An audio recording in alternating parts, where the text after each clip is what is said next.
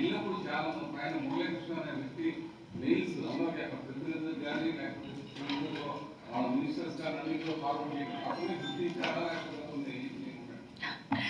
యాక్చువల్గా గుర్తించడం కూడా జరిగిందండి. విషయం ఏంటంటే చాలా క్లియర్ కట్. ఇప్పుడు లాస్ట్ టైం గౌరవ సీఎం గారు 2014 నుంచి 19 వరకు ముఖ్యమంత్రిగా ఉన్న టైంలో అమరావతి నిర్మాణం గురించి సింగపూర్ వాళ్ళు ఇక్కడికి వచ్చి వాళ్ళని ఆహ్వానిస్తే ఇక్కడికి వాళ్ళు హ్యాపీగా వచ్చారు.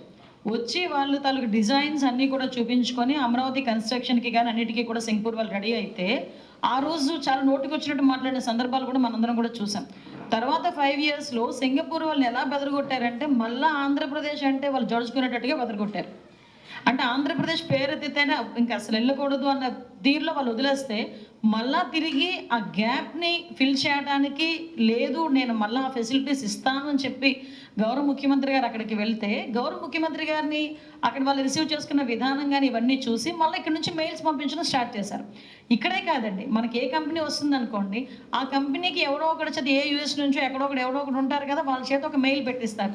అక్కడ లా అండ్ ఆర్డర్ ఇష్యూస్ ఇలా ఉన్నాయి, అక్కడ ఇంత క్రైమ్ జరిగిపోతుంది, అంత క్రైమ్ జరిగిపోతుంది, ఇలాంటి ఇష్యూస్ ఉన్నాయి, అలాంటి ఇష్యూస్ ఉన్నాయని చెప్పి నేనేమంటానంటే వాళ్ళు అథెంటికేషన్గా చెప్పుకున్న సాక్షి టీవీకి సాక్షి పేపర్కే క్రెడిబిలిటీ లేదు. వాళ్ళు పెట్టే మెయిల్స్కి వాళ్ళు పెట్టే ఉత్తరాలకి మేమేమైనా క్రెడిబిలిటీ ఉంటుందని జనాలు నమ్ముతున్నారు అనుకుంటున్నారా? ఈరోజు సాక్షి పేపర్ అంట టీవీ అన్నా మాకు ఒక క్రెడిబిలిటీ ఉండాలి, అలా ఉండాలి, ఇలా ఉండాలని భారతిరెడ్డి గారు బయటకు వచ్చి ప్రసంగాలు చేస్తారు. కానీ వాళ్ళు చూపించే టీవీలోనే నిజాలు ఉండవు, వాళ్ళు చెప్పే సాక్షి పేపర్లోనే నిజాలు ఉండవు.